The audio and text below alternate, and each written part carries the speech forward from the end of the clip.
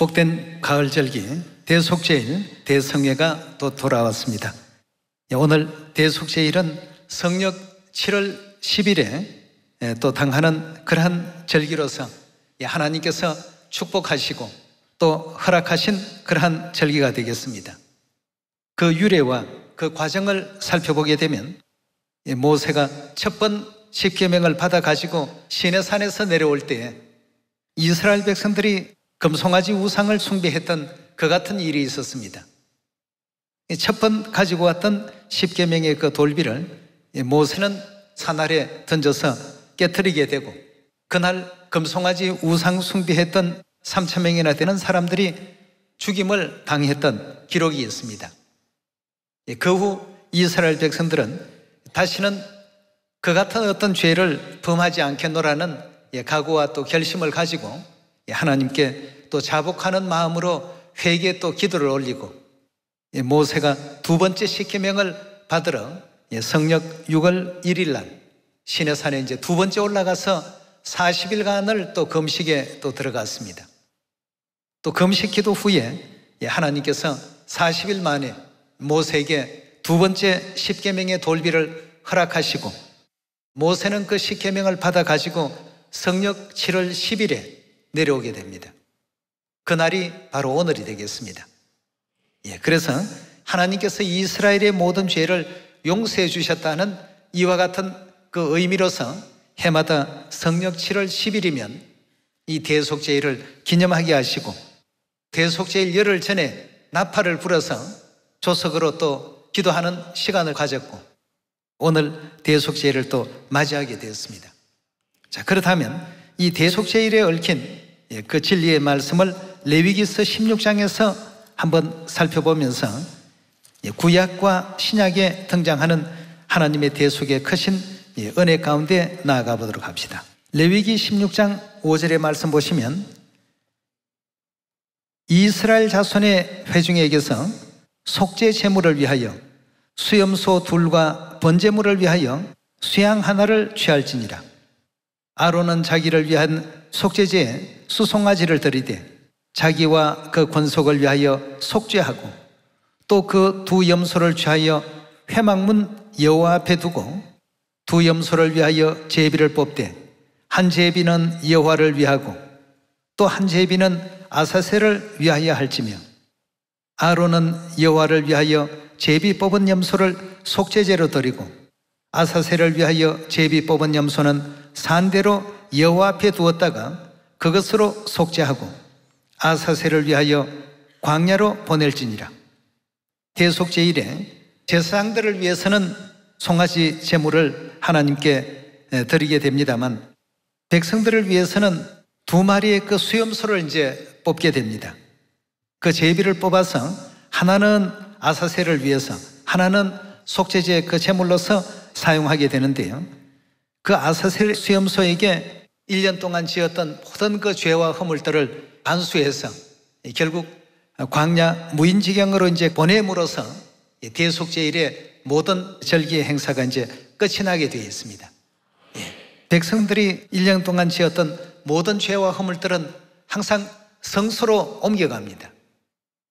성소로 옮겨갔던 그 죄가 이 대속제일 날 아사셀 수염소에게 죄를 넘겨주는 그 위만수를 함으로 말미암아서 비로소 1년 동안 지었던 모든 죄가 이제 완전 사해지는 구약 모세시대 때의 제사제도였습니다.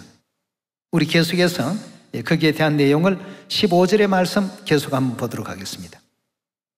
또 백성을 위한 속죄제 염소를 잡아 그 피를 가지고 장 안에 들어가서 그 수송아지의 피로 행한 같이 그 피로 행하여 속죄소 위에 속죄소 앞에 뿌릴지니 곧 이스라엘 자손의 부정과 그 범한 모든 죄를 인하여 지성소를 위하여 속죄하고 또 그들이 부정한 중에 있는 회막을 위하여 그같이 할 것이라.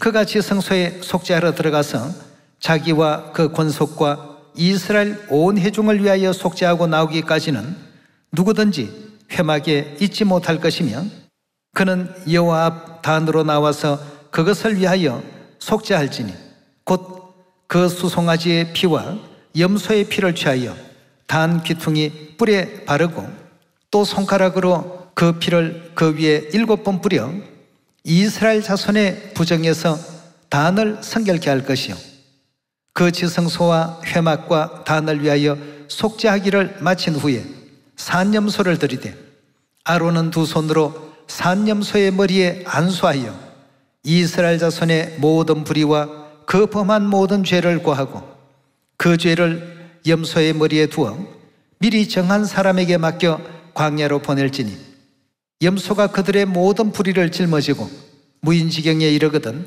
그는 그 염소를 광야에 놓을지니라. 레위기 16장에서 등장하는 대속제일의 규례를 잘 우리가 살펴보시게 되면 이 아사셀 수염소는 사단을 의미하고 있습니다. 우리의 그 1년 동안 지었던 모든 죄가 잠시 잠깐 성소로 옮겨가고 또 성소에서 대속제일을 통해서 아사셀 수염소에게 안수함으로써 이 아사셀 수염소는 그 백성들의 모든 죄를 광야 무인지경으로 전부 가져가서 거기서 배회하다가 죽음으로써 이 죄의 역사가 이제 끝이 나도록 되어 있습니다. 죄가 소멸되는 그런 과정을 하나님께서 레위기 16장을 통해서 우리에게 또 알려주고 계신데요. 자, 여기서 이 성소는 성경에서 누구를 의미하고 표상하고 있는지 예레미야 우리 17장을 한번 잠시 열어보도록 합시다. 17장 12절의 말씀 보시면 영화로우신 보좌여 원시부터 높이 계시며 우리의 성소이시며 이스라엘의 소망이신 여호와여라고 했습니다. 하나님이 곧 성소로 표상이 되어 있습니다. 우리가 죄를 지으면 그 죄는 즉시 성소로 옮겨가는 것처럼 결국 우리의 그 모든 죄는 하나님께 무거운 짐으로 이렇게 남게 되어 있습니다. 성소로 전부 옮겨갔다가 대속죄일 될 때까지 성소에서 그 죄가 전부 보관된 상태에 있습니다. 그 모든 죄짐을 하나님께서 친히 짊어지시고 두 마리의 수염소를 잡을 때 우리 죄를 대속하기 위한 속죄의 어떤 희생 제물로서의 염소가 하나 있고 또 아사셀을 위한 그 죄의 원흉인 그 사단에게 이제 죄를 전부 전가시키는 이 두 의식이 동시에 집행이 되도록 되어 있습니다. 우리 죄를 속해 주시는 이 속죄제 제물은 그리스도를 표상하고 아사셀은 결국 사단을 표상해서 사단에게 모든 죄가 이제 넘어감으로 말미암아 사단은 본래 죄를 그 창출한 존재이기 때문에 결국 광야에서 무인지경에서 배회하다가 성경에는 이제 무저갱으로 나오죠. 무저갱에서 고통받게 된다는 요한계시록의 기록들이 있습니다. 이런 모든 내용들을 이 대속제일의 크신 은혜 가운데서 우리가 하나님의 이 희생과 사랑을 발견할 수가 있는데요. 하나님께서 성소로서 우리 죄짐도 짊어지시지만 속죄제 희생제물로서도 죄짐을 대신 짊어져 주셨다는 사실을 우리 이사야서 53장을 통해서 함께 발견해 보도록 합시다. 1절의 말씀 봅니다. 우리의 전한 것을 누가 믿었느뇨? 여호와의 팔이 네게 나타났느뇨? 예수님 오시기 700년 전 이사야 선지자를 통해서 하나님께서 예수 그리스도께서 우리 죄를 대신 짊어지신다는 예언을 기록하게 하신 대목입니다. 2절의 말씀 계속 봅니다. 그는 주 앞에 자라나기를 연한 순 같고 마른 땅에 나온 줄기 같아 고운 모양도 없고 풍채도 없은즉 우리의 보기에 흠모할 만한 아름다운 것이 없도다. 그는 멸시받아 사람에게 실어버린 바 되었으며 간고를 많이 겪었으며 질고를 아는 자라. 마치 사람들에게 얼굴을 가리우고 보지 않음을 받는 자 같아서 멸시를 당하였고 우리도 그를 귀히 여기지 아니하였도다. 그는 실로 우리의 질고를 지고 우리의 슬픔을 당하였거늘 우리는 생각하기를 그는 징벌을 받아서 하나님에게 맞으며 고난을 당한다 하였노라. 그가 찔림은 우리의 허물을 인함이요 그가 상함은 우리의 죄악을 인함이라. 그가 징계를 받음으로 우리가 평화를 누리고 그가 채찍에 맞음으로 우리가 나음을 입었도다. 우리는 다 양 같아서 그릇되이 행하며 각기 제 길로 가거늘 여호와께서는 우리 무리의 죄악을 그에게 담당시키셨도다. 우리의 그 모든 죄를 그리스도께서 대신 짊어지셨다는 그런 뜻이죠. 7절의 말씀 보시면 그가 곤욕을 당하여 괴로울 때에도 그 입을 열지 아니하였으며 마치 도수장으로 끌려가는 어린 양과 털 깎는 자 앞에 잠잠한 양같이 그 입을 열지 아니하였도다. 그가 곤욕과 신문을 당하고 끌려갔으니 그 세대 중에 누가 생각하기를 그가 산자의 땅에서 끊어지면 마땅히 형벌받을 내 백성의 허물을 인함이라 하였으리요. 그는 강포를 행치 아니하였고 그 입에 괴사가 없었으나 그 무덤이 악인과 함께 되었으며 그 묘실이 부자와 함께 되었도다. 여호와께서 그로 상함을 받게 하시기를 원하사 질고를 당케 하셨은즉 그 영혼을 속건 제물에 드리기에 이르면 그가 그 실을 보게 되며 그 날은 길 것이요 또 그의 손으로 여호와의 뜻을 성취하리로다. 가라사대 그가 자기 영혼에 수고한 것을 보고 만족히 여길 것이라. 나의 의로운 종이 자기 지식으로 많은 사람을 의롭게 하며 또 그들의 죄악을 친히 담당하리라. 이러므로 내가 그로 존귀한 자와 함께 분깃을 얻게 하며 강한 자와 함께 탈취한 것을 나누게 하리니 이는 그가 자기 영혼을 버려 사망에 이르게 하며 범죄자 중 하나로 헤아림을 입었음이라. 그러나 실상은 그가 많은 사람의 죄를 지며 범죄자를 위하여 기도하였느니라 하시니라. 우리가 겪어야 될 그런 모든 아픔을 하늘아버지께서 친히 감당하시고 또 하늘아버지 어머니에게 우리 자녀들이 그 희생을 요구하는 이런 이사야 53장의 예언으로서 기록이 되어 있습니다.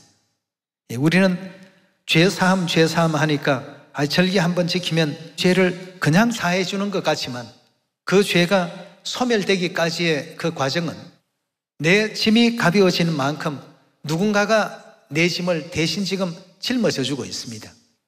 그분이 바로 우리 아버지 어머니셨습니다.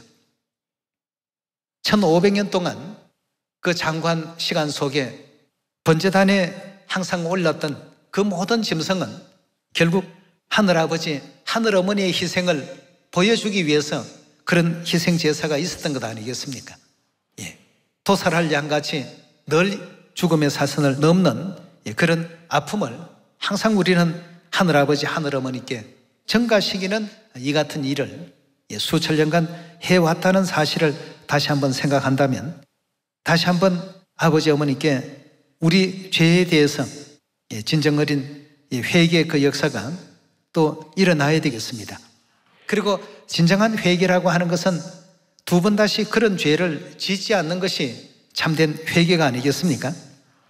그래서 하나님께 우리가 지은 죄에 대해서 하나하나 열거해 보자면 첫째, 하나님을 하늘나라의 그 영광의 보좌에 계시게 해드려야 되는데 우리 살리시려 이 땅까지 오시게 했고 육신서게 한 그 죄가 참으로 큰 죄입니다.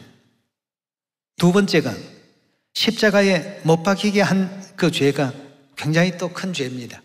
우리 죄가 없었다면 결국 십자가에 못 박히는 이런 사건은 필요치 않는 사건입니다.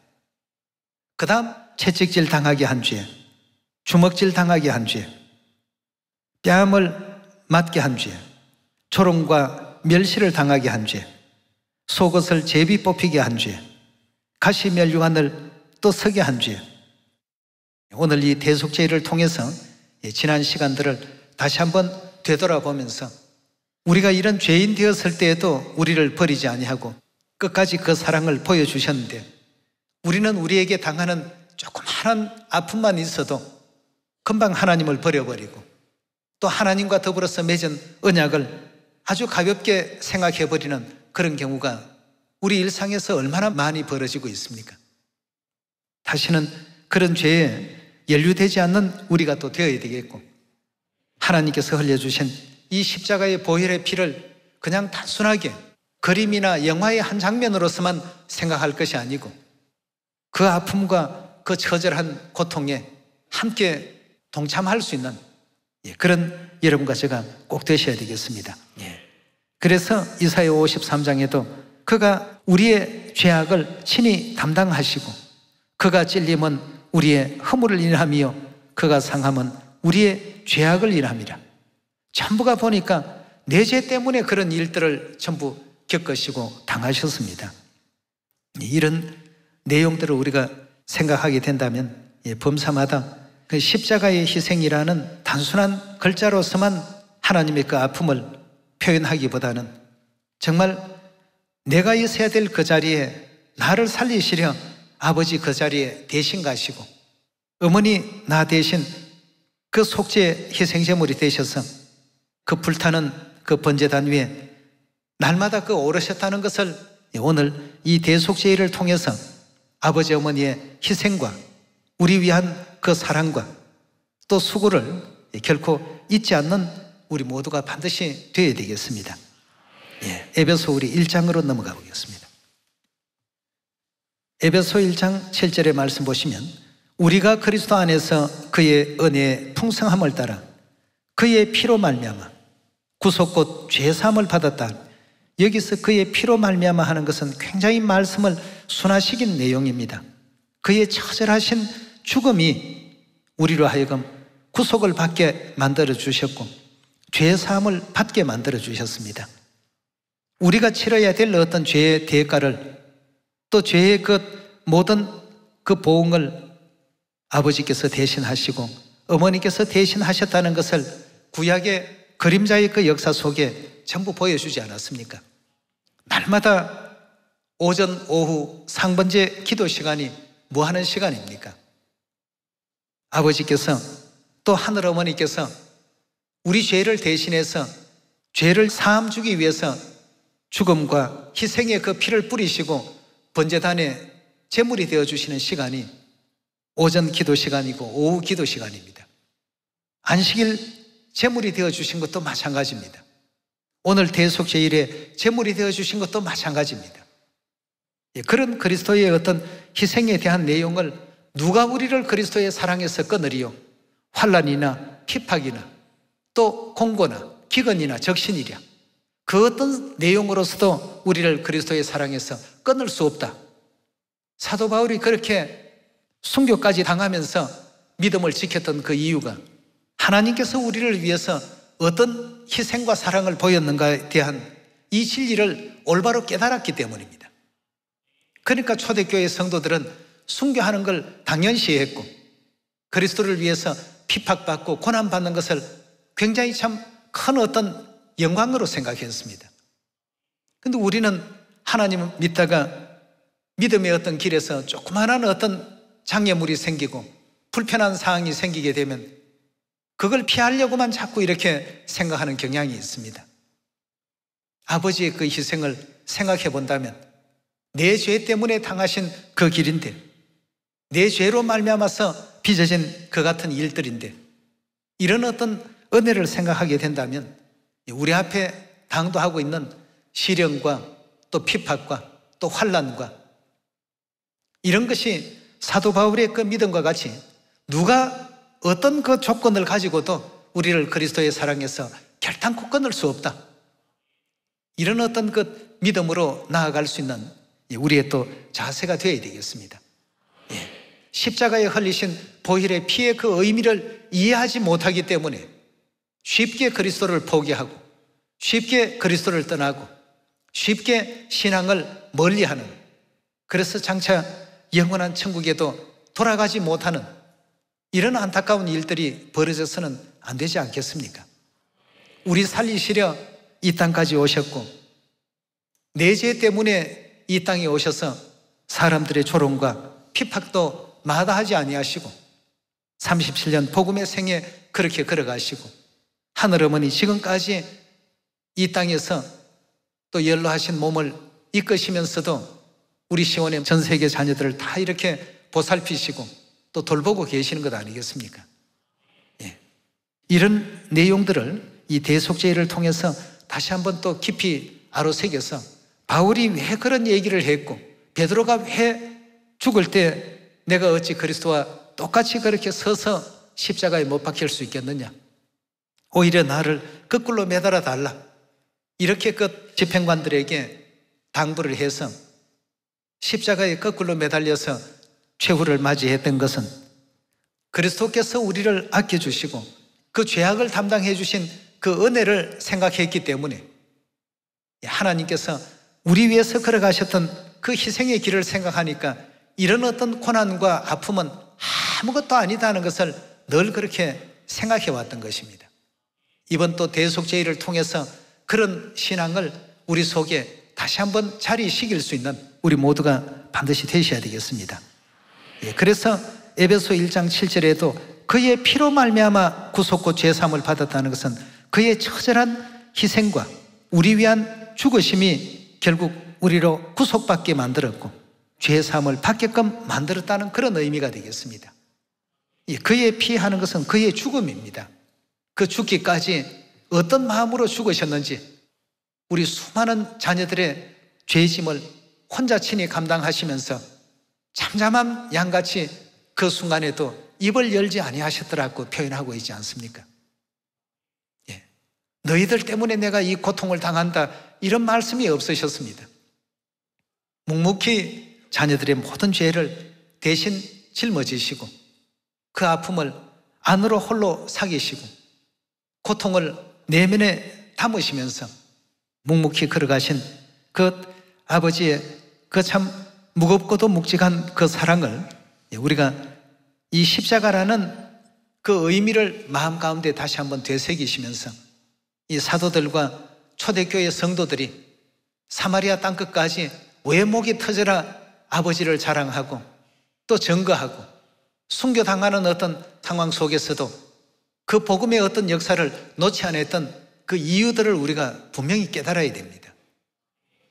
우리가 하고 있는 이 일들은 세상 사람들과 같이 직업상 하는 일이 아닙니다. 이런 크신 은혜와 사랑을 이해하고 깨달았기 때문에 진행하는 일들이 되어야 됩니다. 그래야 진정한 성직이 되는 것이죠. 그렇지 않으면 이것은 하나의 직업밖에는 되지 않습니다. 베드로전서 1장 17절의 말씀 보겠습니다.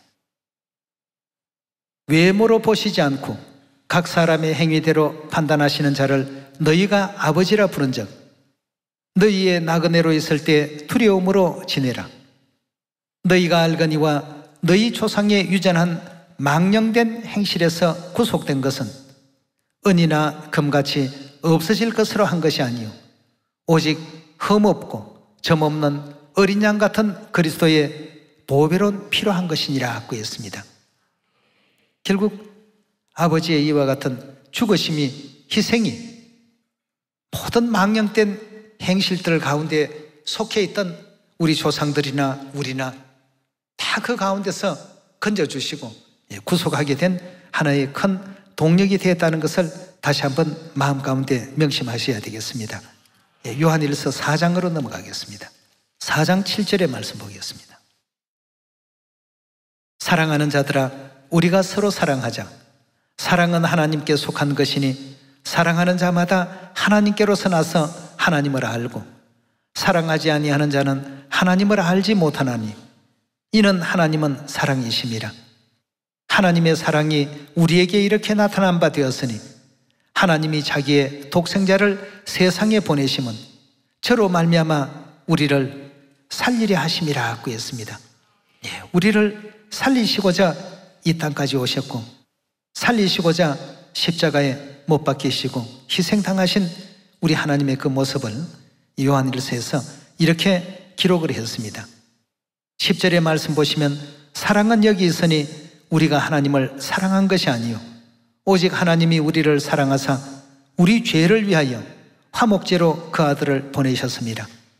사랑하는 자들아 하나님이 이같이 우리를 사랑하셨은즉 우리도 서로 사랑하는 것이 마땅하다고 했습니다. 이런 어떤 사랑에 대한 깨달음을 초대교회 성도들이 깨달았기 때문에 누가 가히 그리스도의 사랑에서 우리를 떼놓을 수 있겠느냐, 끊을 수 있겠느냐, 환난이 우리를 끊을 수 있겠느냐, 핍박이 우리를 끊을 수 있겠느냐, 세상의 그 어떤 것이라도 우리를 그리스도의 사랑에서 절대 끊을 수 없다. 우리 하나님이 어떤 사랑을 우리에게 보이셨는데 우리가 그 사랑을 배반할 수 있겠느냐 말이죠.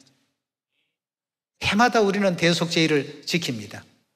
절기 기간 열흘이라는 시간도 새벽 저녁 기도 예배에 참여하는 것도 힘들어하는 식구들이 있습니다. 그러나 우리 하나님은 수천 년 동안에 또 그보다 더한 오래된 세월 속에서 우리 자녀들이 지었던 그 죄와 허물들, 그 죄짐을 지금까지 짊어지고 계신다고 생각을 해보십시오. 우리 하나님께서 짊어지신 죄의 그 짐을 생각한다면 이런 모든 것은 참으로 아무것도 아니었구나 하는 사실을 느낄 수 있지 않습니까? 그래서 4장 9절의 말씀도 우리를 살리시기 위해서 하나님이 자기의 독생자를 세상에 보내심은 저로 말미암아 우리를 살리려 하심이더라 학구했습니다. 베드로전서 3장 17절입니다. 선을 행함으로 고난받는 것이 하나님의 뜻일진데 악을 행함으로 고난받는 것보다 나으니라. 그리스도께서 한번 죄를 위하여 죽어서 의인으로서 불의한 자를 대신하셨다고 했습니다. 그 죽으심이 그냥 죽으심이 아니고 불의했던 우리들을 대신해서 죽으셨다고 했습니다. 이는 우리를 하나님 앞으로 인도하려 하심이라. 육체로는 죽임을 당하시고 영으로는 살리심을 받으셨으니 저가 또한 영으로 옥에 있는 영들에게 전파하시더라 하고 했습니다. 의인으로서 불의한 자를 대신하시고 우리의 모든 질고와 고통을 친히 담당하시며 모세시대 때로부터 구약 1500년이라는 장관 세월 속에 하나님께서 그 같은 행사를 계속 매년 반복하게 하시면서 아버지 어머니의 희생을 매 제사 시간마다 보여주셨습니다. 실상은 짐승이 희생을 당하는 것 같지만 우리 하늘 아버지의 희생, 어머니의 그 희생을 보여준 것입니다. 다시 한번 우리 죄를 되돌아본다면 하나님을 육신석에 한 죄, 십자가에 못 박히게 한 죄, 십자가에 피 흘리게 한 죄, 채찍질 당하게 한 죄, 주먹질 당하게 한 죄, 뺨침을 당하게 한 죄, 조롱과 멸시 당하게 한 죄, 속옷을 제비 뽑히게 한 죄, 가시면류관을 쓰게 한 죄, 하늘의 영광을 버리게 한 죄, 이런 모든 이 중에 한 가지만 해도 하나님 앞에는 감히 일어나서는 안 될 일들입니다. 그러나 그 모든 일들이 일어나게 된 그 배경에는 전부 우리라는 존재가 있었습니다. 내가 그 같은 일들을 했기 때문에 그 같은 어떤 죄의 보응을 받아야 될 그런 행위를 했기 때문에 그 자리에 대신 아버지께서 계셨고 그 자리에 대신 하늘 어머니께서 계셨던 것 아니겠습니까? 우리는 입과 입술로만 하나님을 사랑하노라 말하기보다는 하나님께서 일러주신 이 모든 가르침을 우리 영혼에 깊이 또 아로새겨서 바울처럼 또 베드로처럼 또 초대교회 성도들처럼 어떤 죽음 앞에서도 우리가 하나님의 그 사랑을 배반치 아니하고 그 크신 사랑에 감사와 또 감동을 항상 또 가지면서 이 복음에 임할 수 있는 우리 시원의 모든 가족들이 되어주시길 부탁드리면서 말씀 이것으로 마치도록 하겠습니다. 감사합니다.